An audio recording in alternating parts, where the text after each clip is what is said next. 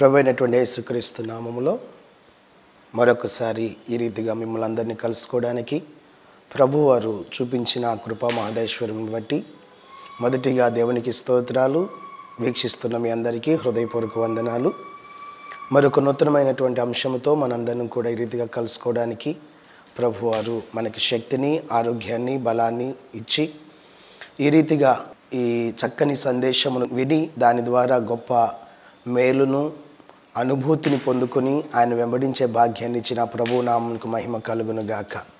ప్రియులారా, మరి సమయమందు ఒక చక్కని అంశాన్ని పరిశుద్ధ లేఖన భాగంలో చదువుకుని మనందరూ కూడా ప్రార్థన చేసుకుని వాక్యధ్యాన అంశంలోకి వెళదాం.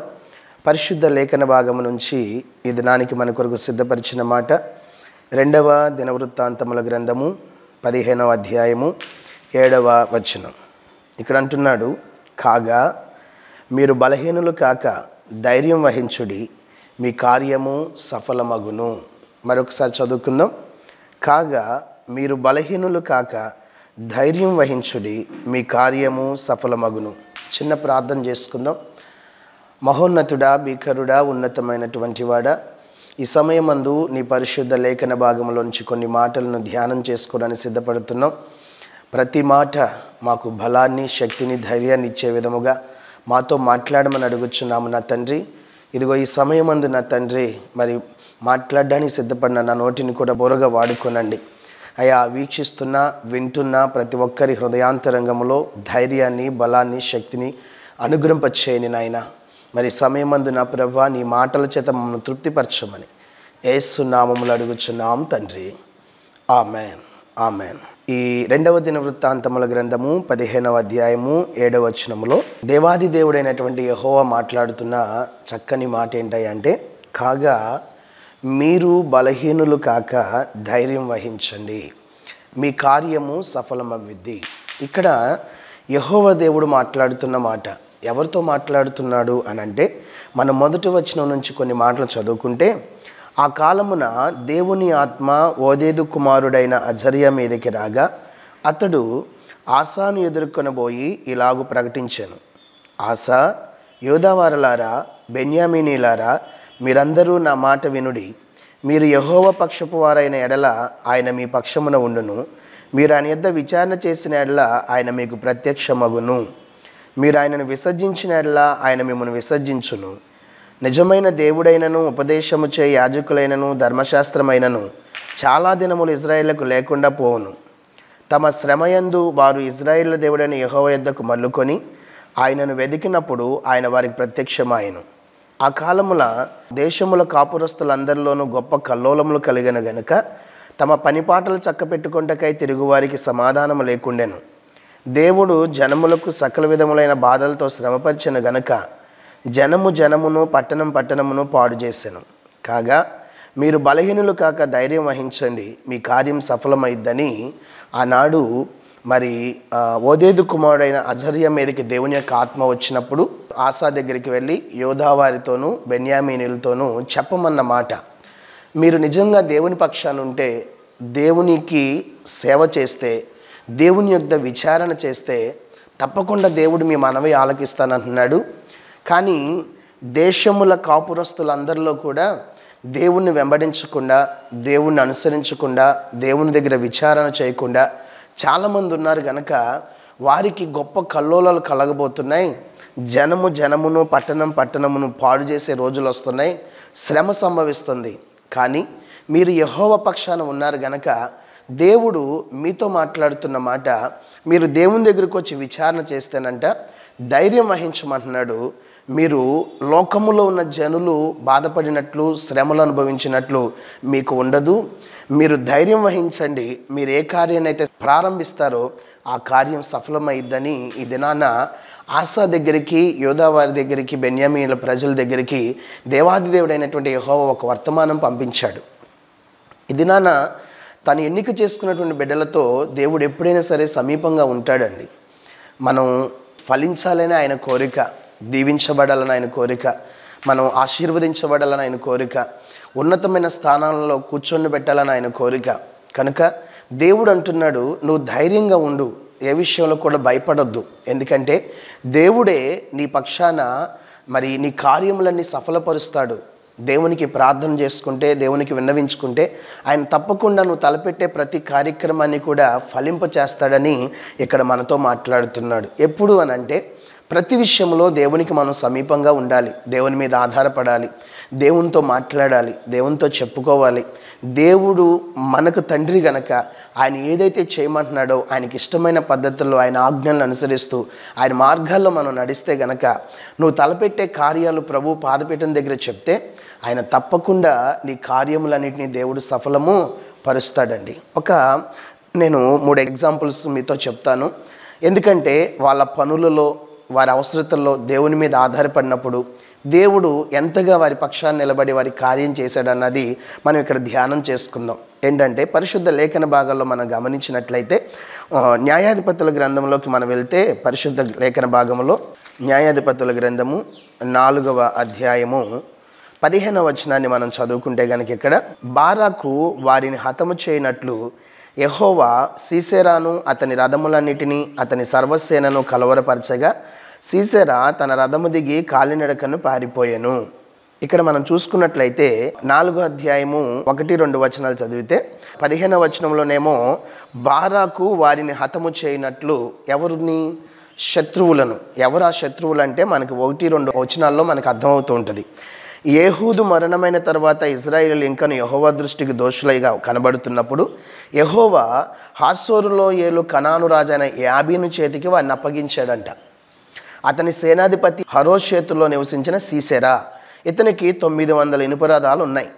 ఇతడు 20 సంవత్సరములు ఇజ్రాయేల్ను కఠినమైన బాధలు పెట్టగా మరలా ఇజ్రాయేల్ యెహోవాకు మొరపెట్టడం ప్రారంభించారంట. ఎందుకు వీళ్ళు శత్రువు చేతిలోకి వెళ్ళారు అనంటే యెహోవా దృష్టికి దోషులైపోయారు. అందుకనే ఆయన ఏం చేశాడంటే హాసోరులో ఏలు కనాను రాజైన యాబీను చేతికి వీరిని అప్పగించాడు.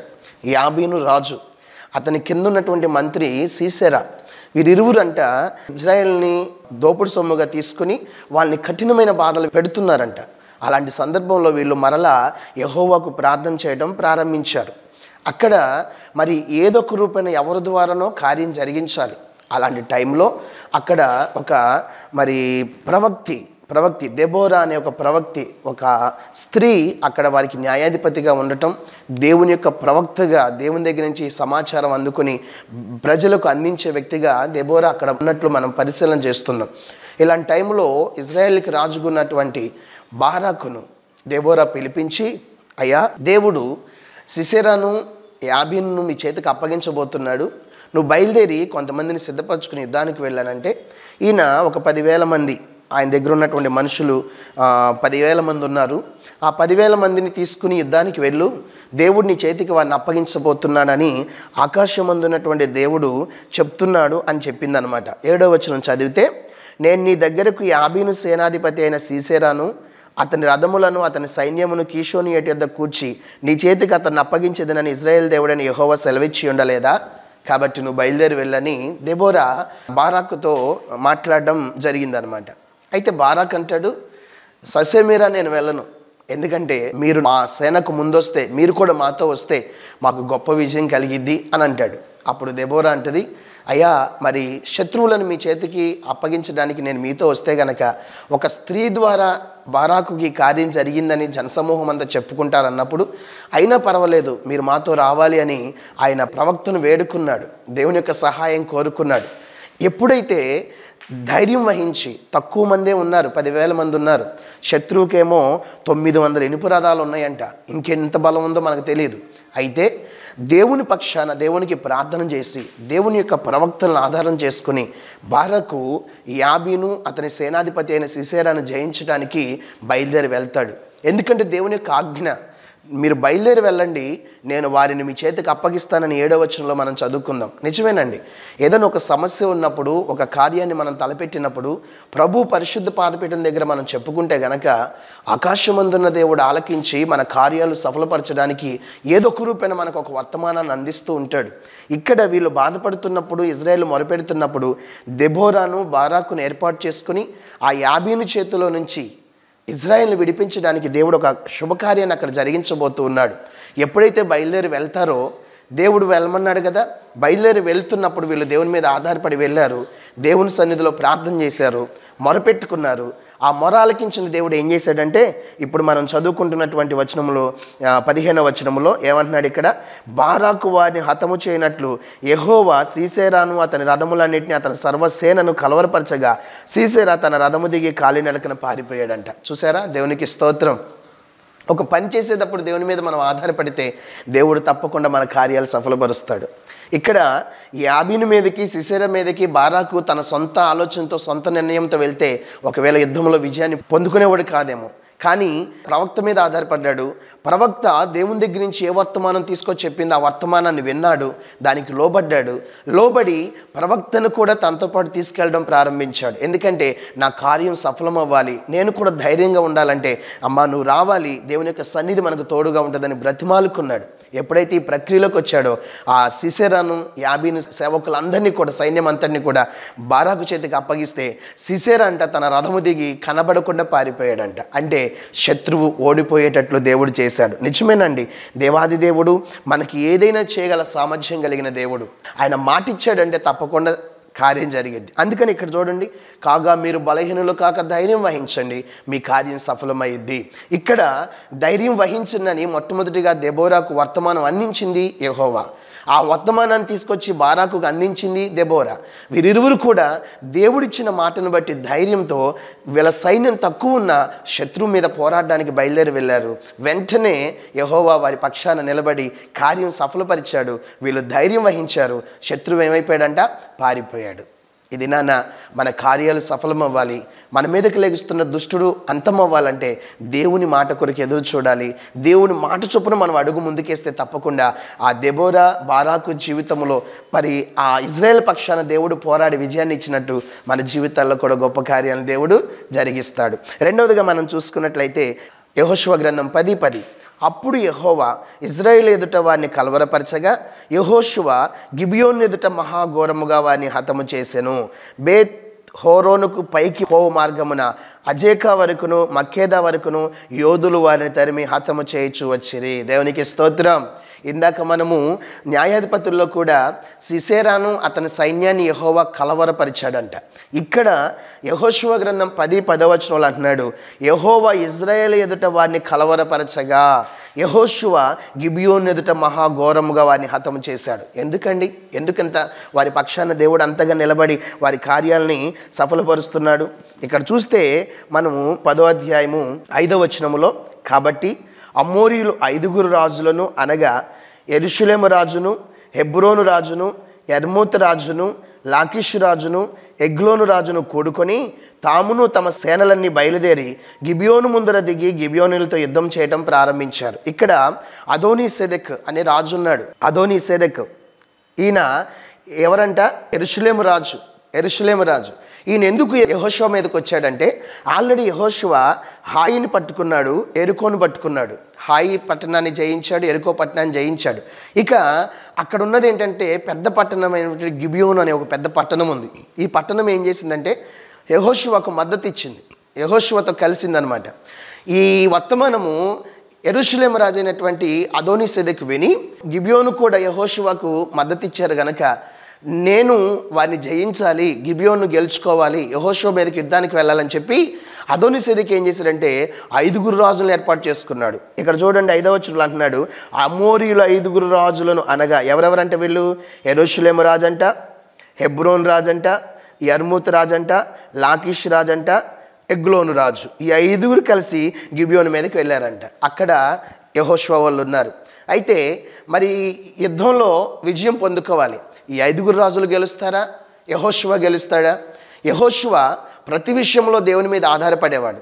ఎక్కడికి వెళ్ళినా తోడుగా ఉంటానని వాగ్దానం తీసుకున్నాడు. అందుకని మోషే నాయకత్వం అంతరించిన తర్వాత యెహోషువ యొక్క నాయకత్వం వచ్చినప్పుడు యెహోషువతో దేవుడు చెప్పిన మాట 1వ అధ్యాయం 9వ వచనంలో అంటాడు, నువ్వు జాగ్రత్త పడినట్లు దివారాత్రము నా మార్గాన్ని నువ్వు ధ్యానం చేస్తే నేను నీకు ఆజ్ఞాపిస్తున్నాను, నిబ్బరము కలిగి ధైర్యంగా ఉండు, దిగులు పడొద్దు, జడియొద్దు, నీవు నడుచు మార్గం అంతట్లో నీ దేవుడైన యెహోవానైనా నేను నీకు తోడుగా ఉంటానన్నాడు. ఆ మాటమే కాకుండా 5వ వచనంలో అంటాడు, నీవు బ్రతుకు దినములన్నిట ఏ మనుషుడు ఎదుట నిలవలేక ఉంటాడని మోషేకు తోడైనట్లు నీకు తోడై ఉంటానని యెహోషువతో వాగ్దానం చేశాడు. ఈ మాటలన్నీ యెహోషువకు ధైర్యాన్ని పుట్టించాయి. అందుకనే 5 రాజులు కాదు కదా, 10 మంది వచ్చినా 15 మంది వచ్చినా ఆయన మాత్రం దేవుని మీద ఆధారపడే వ్యక్తి గనక ఎక్కడ కృంగల, ఎక్కడ భయపడల, ఎక్కడ కూడా విచారపడల. ఎందుకు అనంటే నా ప్రార్థన దేవుడు ఆలకిస్తాడు, నేను యుద్ధానికి వెళ్తే నా ప్రార్థన ఆలకించి నా పట్ల కార్యం సఫలపరుస్తాడన్న ధైర్యము యెహోషువకు ఉంది. అదే 10వ అధ్యాయం మనం 12వ వచనం నుంచి చదివితే, యెహోవా ఇశ్రాయేలు ఎదుట అమోరీలను అప్పగించిన దినమున. ఎందుకు అప్పగించాడంట? చూడండి, ఇజ్రాయేల్ వినుచుండగా యెహోవాకు ప్రార్థన చేస్తున్నాడంటే ఏమని?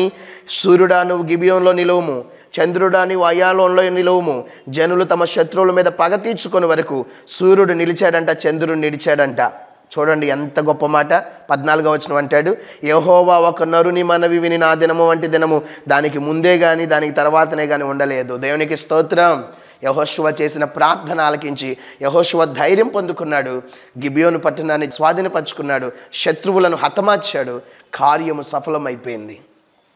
చూడండి, నువ్వు ఎప్పుడైతే దేవుని మీద మనం ఆధారపడతామో, దేవుని వైపు చూస్తామో, సజీవుడైన దేవుడు మన పక్షాన గొప్ప కార్యాలు చేస్తాడండి. మనం ఏంటంటే దేవుని మీద ఆధారపడకుండా లోకం మీద, లోక మనుషుల మీద, అధికారుల మీద ముందు ప్రాధాన్యత లోకానికి ఇస్తాం. కానీ మన చూపు కానీ, ఆలోచన కానీ, తలంపు కానీ నిజంగా దేవుని మీద, దేవుని వైపు ఉంటే తప్పకుండా దేవాది దేవుడు మన కార్యాలన్నీ సఫలపరిచే దేవుడు అండి. ఇక్కడ బారాకు, దెబోరా దేవుని మీద ఆధారపడ్డారు. శత్రువైనటువంటి యాబీనును అతని సేనాధిపతి సిసెరాను ఓడించి వీళ్ళ కార్యాన్ని సఫలపరిచాడు. ఇక్కడ యెహోషువ దేవుని మీద ఆధారపడ్డాడు, దేవుని మాట కొరకు ఎదురు చూశాడు, తన యుద్ధాన్ని దేవునికి అప్పగించేశాడు, కార్యం సఫలపరిచాయా అన్నాడు. 5 రాజులను సైతము కూడా ఏం చేశాడంట?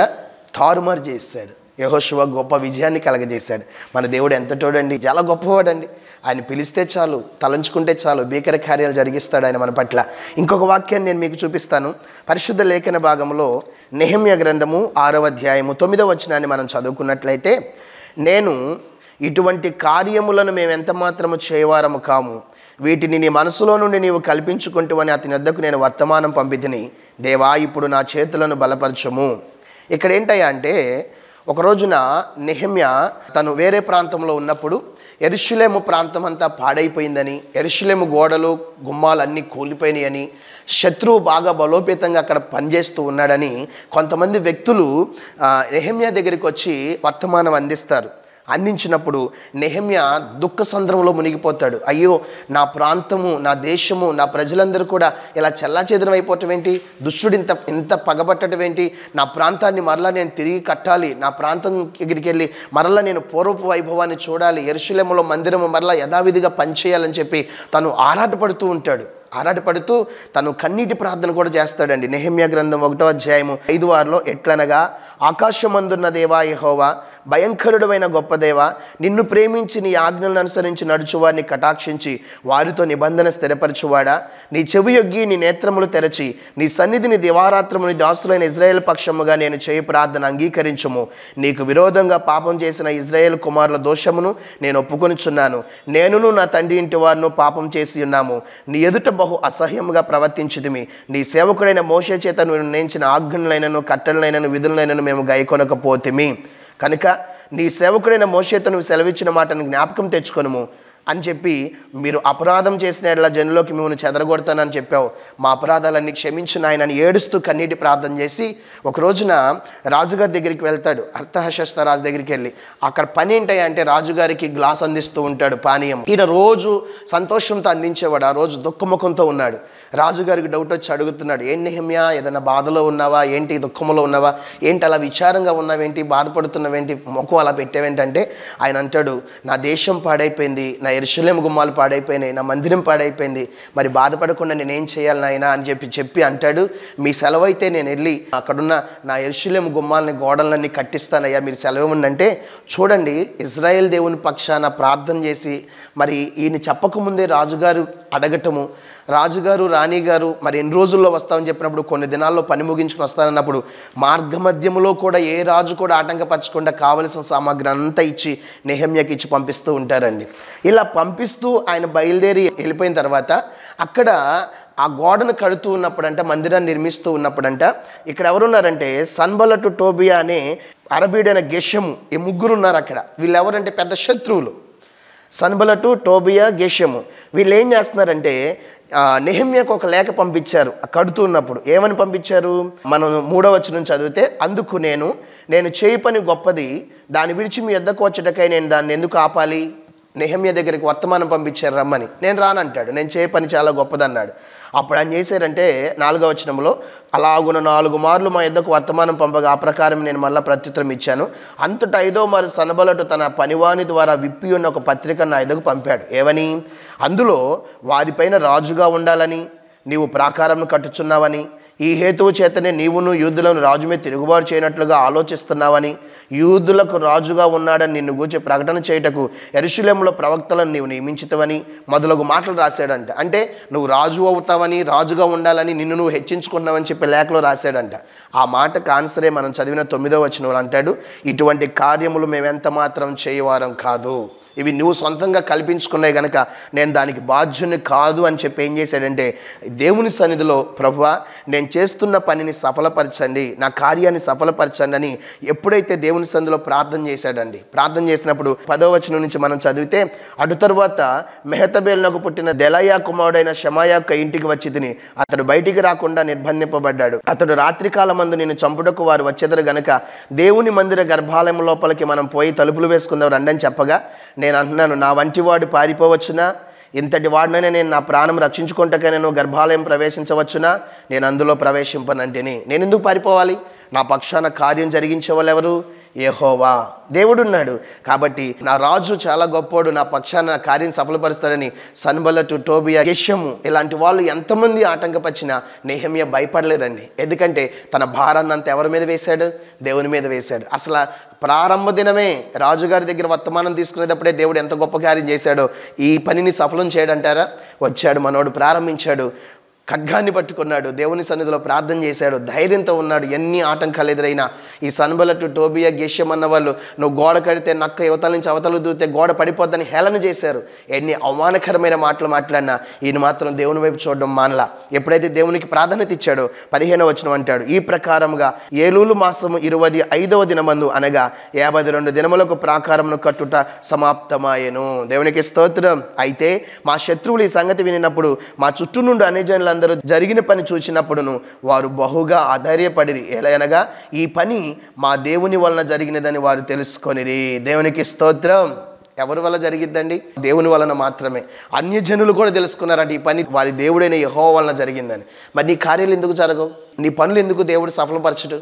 అంటే బిడ్డలు దేవుని మీద ఆధారపడినట్లు మనం ఏం చేయలేకపోతున్నామంట? ఆధారపడలేకపోతున్నాం. దేవుని వైపు చూడాలండి. నిజంగా దేవుని వైపు చూస్తే దేవుడు ఎందుకు చేయడండి మన కార్యాలు సఫలపరచడు? ఉన్నతమైన కార్యాలు జరిగించగల సామర్థ్యం కలిగిన దేవుడు ఆయన. ఇదిగో దెబోరా, బారాకు దేవుని వైపు చూశారు. ఇదిగో యెహోషువ దేవుని వైపు చూశాడు. నెహెమ్యా దేవుని వైపు చూశాడు. ధైర్యం వహించారు. ఆటంకాలు ఎదురైనా, శ్రమలు ఎదురైనా, మనుషులు దొమ్మిగా వస్తున్నా, మరి ప్రాణహాని ఉన్నా సరే దేన్ని లక్ష్య పెట్టకుండా ప్రభు మాట మీద దృష్టి పెట్టారు. ఇది నాన్న వీక్షిస్తున్న నీతో, నాతో, మనందరితో కూడా దేవుడు చెప్తున్నాడు, నువ్వు ఏదైనా కార్యాన్ని తలపెట్టేటప్పుడు నా సన్నిధి కోరుకో. నేను నీకు చెప్తున్నాను, ధైర్యం వహించు, నీ కార్యములన్నీ సఫలమవుతాయి. నేను నీ పక్షా నుండి గొప్ప కార్యాలు జరిగిస్తాను, భీకర కార్యాలు జరిగిస్తానని ఉన్నతుడు మనతో మాట్లాడుతున్నాడండి. నిజంగా ఆయన మీద ఆధారపడితే ఎంత గొప్ప ఆశీర్వాదం. జెఫన్యా గ్రంథంలో ఒక మాట అంటాడు చూడండి, పరిశుద్ధ లేఖన భాగంలో జెఫన్యా గ్రంథము 3వ అధ్యాయము 16-17 వచనాల్లో ఆయన అంటాడు ఒక మాట చూడండి. ఏంటంటే, ఆ దినమున జనులు మీతో ఇట్లందురు, యెరూషలేమా భయపడకము, సియోను ధైర్యం తెచ్చుకొనుము, నీ దేవుడని యెహోవా నీ మధ్య ఉన్నాడు, ఆయన శక్తిమంతుడు, ఆయన మిమ్మల్ని రక్షించును, ఆయన బహు ఆనందంతో నీ యందు సంతోషిస్తాడు. ఎక్కడుంటాడంట? ఆయన మన మధ్యలో ఉంటాడంట, గొప్పవాడంట, కీర్తనీయుడంటండి. ఆయన ఎలాంటి గొప్ప కార్యాలైనా చేయగల సామర్థ్యం కలిగిన పరిశుద్ధుడు. కనుక మన మధ్యలో ఉన్నవాడు చాలా సామర్థ్యం కలిగిన దేవుడు. కనుక ఆయన వైపు చూద్దాం. ఆయన మన పక్షాన్ని నిలబడి మన కార్యాలు సఫలపరచడానికి తోడుగా ఉన్నాడు. కనుక ఈ దినాన మరి భయపడొద్దు, నీ కార్యాలు సఫలమవుతాయని దేవుడు సెలవిస్తున్నప్పుడు దెబోరా, బారాకు, యెహోషువ, నెహెమ్యా దేవుని మీద ఆధారపడి వారి కార్యాలు సఫలపరచుకున్నట్లుగా నీ కుటుంబ భారాన్ని దేవుని మీద మోపు. తప్పకుండా దేవుడు నీ కార్యాలని సఫలము పరుస్తాడు. విన్న మాటలను బట్టి ధైర్యం తెచ్చుకుని ప్రభు మీద ఆధారపడు. తప్పకుండా నీ ఉద్దేశాలన్నీ దేవుడు సఫలపరచడానికి సిద్ధంగా ఉన్నాడు. ప్రభు ఈ మాటలు దీవించి ఫలింపచేయనుగాక. ఆమేన్. చిన్న ప్రార్థన చేసుకుందాం. సర్వశక్తిమంతుడా, పరిశుద్ధుడా, నీ కొందనాలు నాయనా. నువ్వెంత గొప్ప దేవుడవో, మా కార్యాలు సఫలపరచడానికి మా పక్షాన నిలబడి, మా ముందు నిలబడి, మమ్మల్ని చుట్టూ ఆవరించి ఎంతగా నువ్వు భీకర కార్యాలు చేస్తావంటే వర్ణనాతీతం నాయన. దాని శక్తిని మేము గ్రహించలేకపోతున్నాం. ఈ దినాన మేము విని ఈ మాటలను బట్టి మేము ధైర్యం తెచ్చుకొని ప్రతి విషయంలో నీ మీద ఆధారపడి నువ్వు చేస్తున్న కార్యాలను బట్టి సంతోషించే భాగ్యం మాకు ఇచ్చి మమ్మల్ని బలపరచమంటూ మహిమ, ఘనత, ప్రభావాలు మీరే పొందుకొనమని, ఎక్కడ మేము తొట్టిల్లిపోకుండా అధైర్యపడకుండా మా రాజు నీవని నీ వైపు చూసే భాగ్యాన్ని ఇచ్చి బలపరచమంటూ యేసు నామములో అడుగుచున్నాము తండ్రి. ఆమేన్. తండ్రి, కుమార, పరిశుద్ధాత్మ త్రియేక దేవుని యొక్క సన్నిధి మనకు మన కుటుంబాలకు సదాకాలము తోడై నడిపించునుగాక. ఆమేన్. ఆమేన్. ఆమేన్. అందరికీ వందనాలండి.